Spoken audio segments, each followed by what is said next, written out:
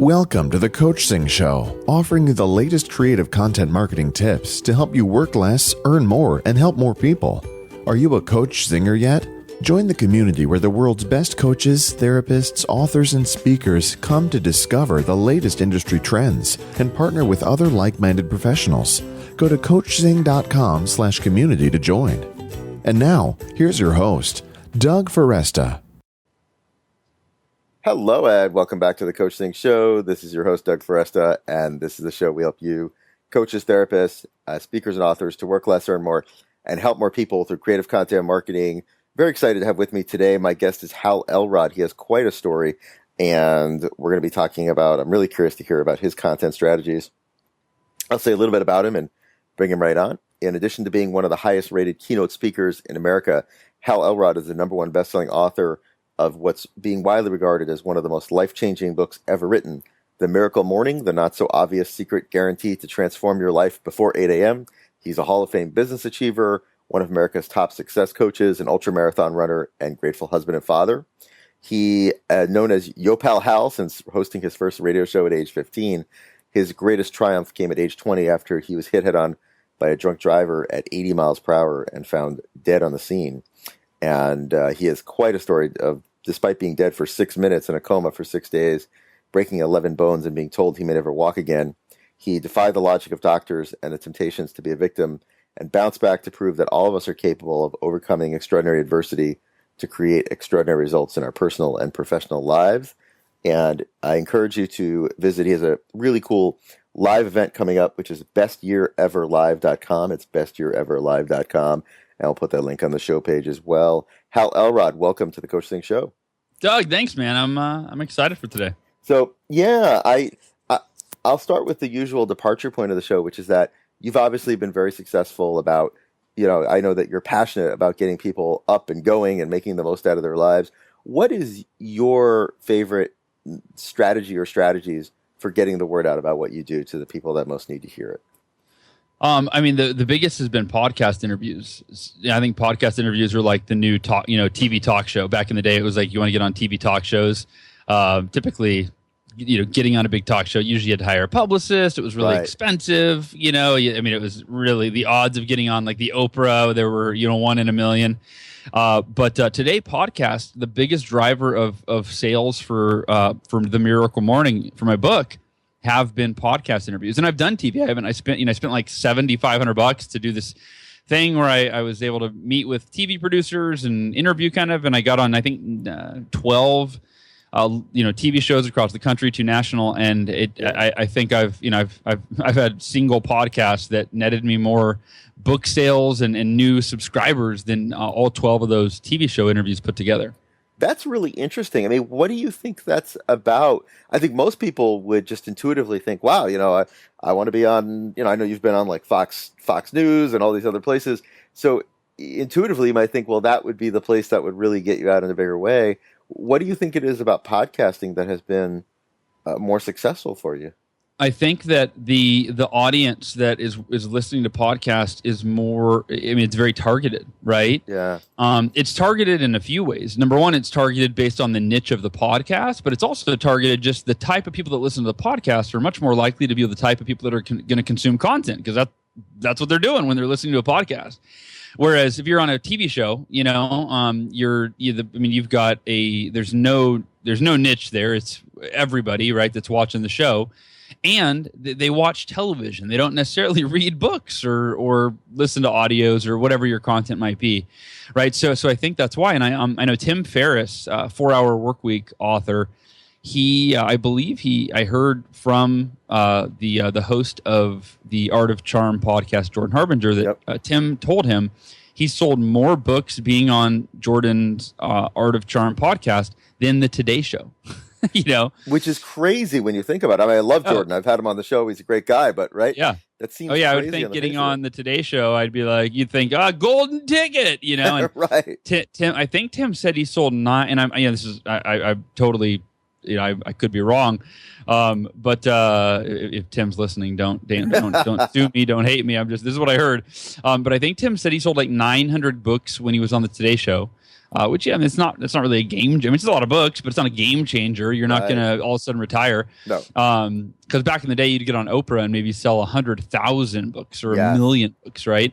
And I think he sold 900 copies on the Today Show, and then I'm not sure what he sold on Art of Charm, but it was more. And it's also the neat thing about podcasting; it's perpetual, right? I have a lot of people that discover the Miracle Morning, and me by listening to an episode that I did a year ago on somebody's podcast. But they got into that podcast, they started going through all the episodes, and then they found me. So it's also something where you're on a TV show. Usually, it's kind of whoever sees it, then it's gone.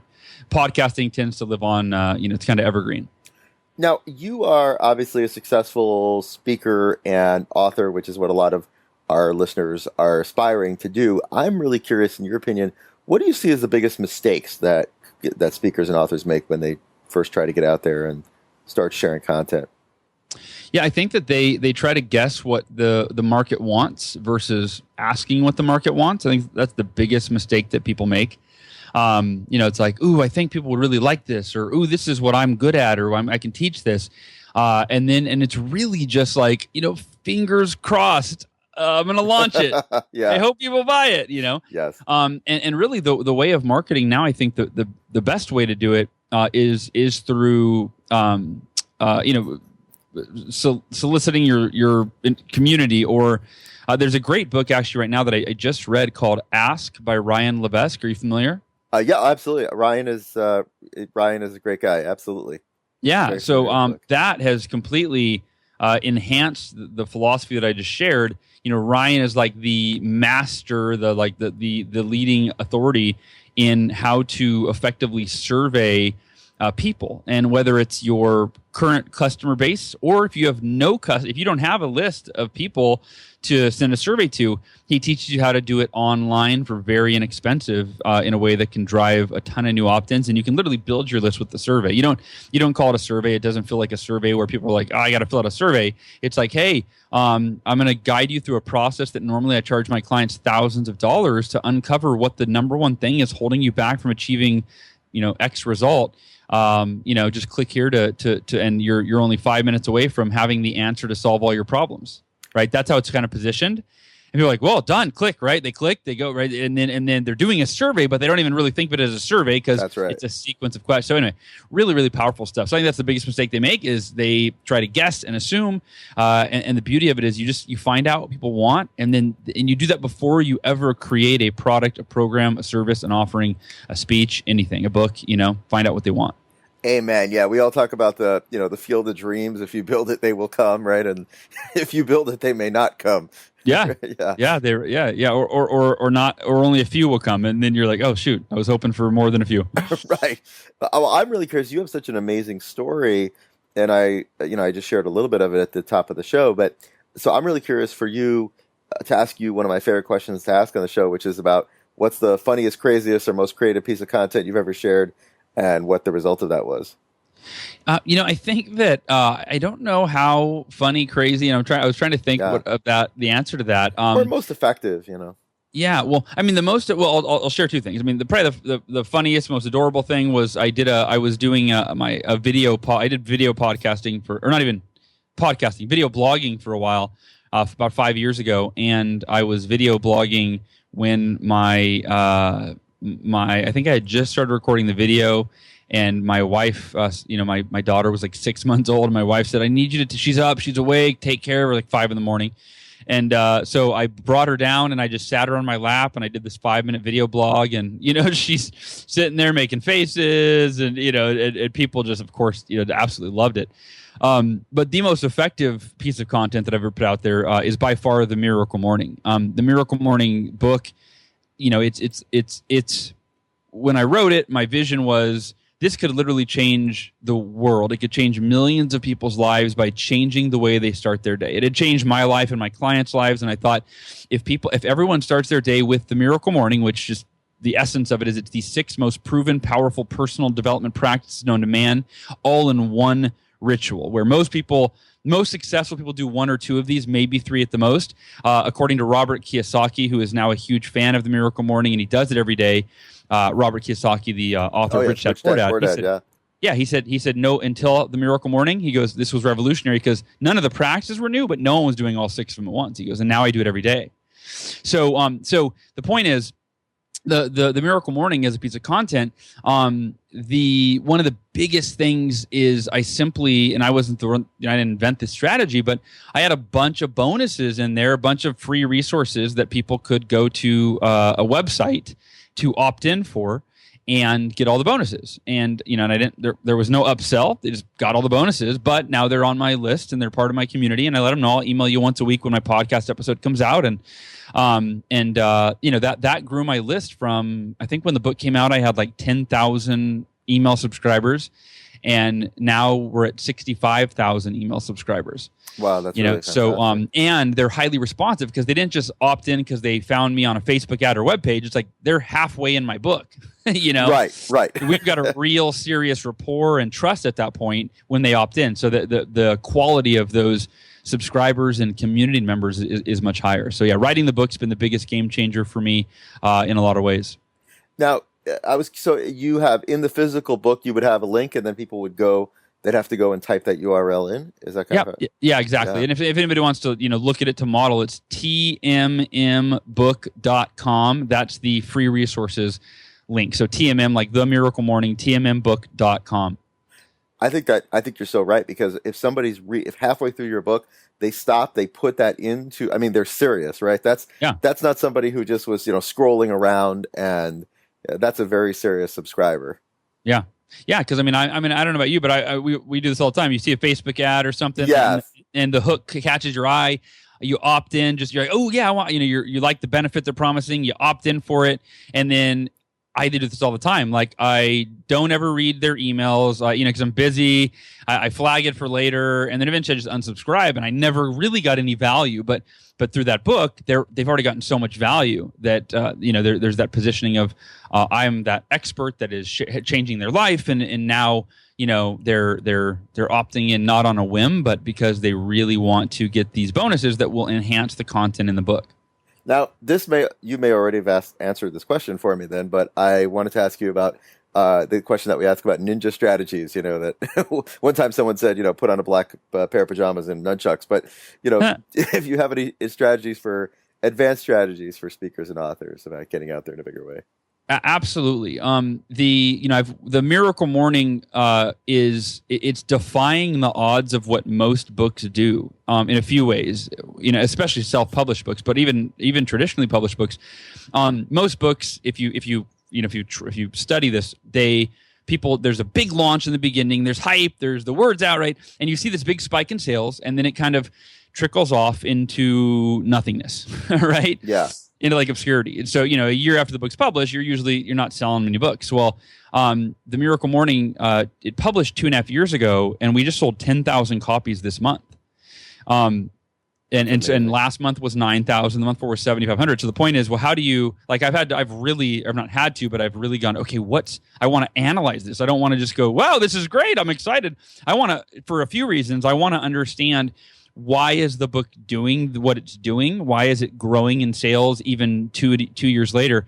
And how is it doing that? What are the factors? And so there's a couple things that I've really analyzed. And the first and arguably the most important is that your content needs to change someone's behavior in a way that adds value to their life. And ideally, it should change daily behavior. So the Miracle Morning is, in its essence, it's literally people they read the book, and before they even are, they're in like chapter 1, and then they go, okay, I'm gonna do the Miracle Morning tomorrow. They wake up the next day and they can't believe how much energy they have. They can't believe how motivated and inspired, and they've got clarity, and they're like, oh my gosh, I've never woken up. And even if they've never been a morning person, which the majority of my community have, through surveys, once again, surveying them, they've said, I was never a morning person, about 70%, never a morning person in my entire life. So the point is, if you don't change daily behavior, like most content, all it does is present ideas, and it changes thinking. But here's the problem. Let's say we've all been there. You read a book, you're like, oh my gosh, this is amazing. This is like the best book I've ever read. This, right? It's totally changed thinking. Then what happens is every day, you forget like 50% of the thinking that was changed the day before, right? And new thinking comes in with each chapter. And then worse off, you go on to you finish the book, you're like, oh, that's great, man. This was such a great book. Okay, I got another book. Then you start reading the next book, and all those changes in thinking that occurred in that first book, they're forgotten because they're replaced by new changes in thinking. But when you change someone's behavior that adds value to their life, profound, significant value every single day, now you've got something that is going to come up in conversation, right? I mean, and especially like for the Miracle Morning, people are like, you know, they're going, hey, I got to leave the party, guys. I got to wake up tomorrow at 5 a.m. And they're like, why are you waking up at 5 a.m.? Right. Well, I got to do the Miracle Morning. Yeah, and it's different for everybody. It's 6 a.m., 7 a.m., whatever. But I'm waking up, I'm waking up early, and they go, why are you doing that? Oh, I'm doing this thing called the Miracle. So it creates this word of mouth phenomenon. Yes. So I really believe that was the difference maker. So in your content, you've got to embed behavior change, ideally daily behavior change. And then let me just give you one tip on how to do it, because it's easier said than done. You're like, well, Hal, yeah, your Miracle Morning is actually it is a behavior change. Right. But what if I'm doing tip. something about taxes or whatever it is, right? Yeah, exactly. exactly. So so the idea is this: the Miracle Morning is a daily ritual. There is nothing that says you cannot create a daily ritual around your content. And in fact, that's what you need to do. A daily ritual could be an affirmation that they read every day that reinforces the concepts in your book so they stay top of mind. It reinforces the actions they need to take each day, each week, so they stay top of mind, right? That's an example of a daily ritual. It's 5 minutes in the morning. They read the affirmation 5 minutes before bed. Or a journaling process, right? You can do a journaling process. And that, by the way, is a side tip is I wrote the Miracle Morning Journal that launched at the same time as the Miracle Morning book. And because one of the practices of the Miracle Morning is scribing, which is essentially journaling.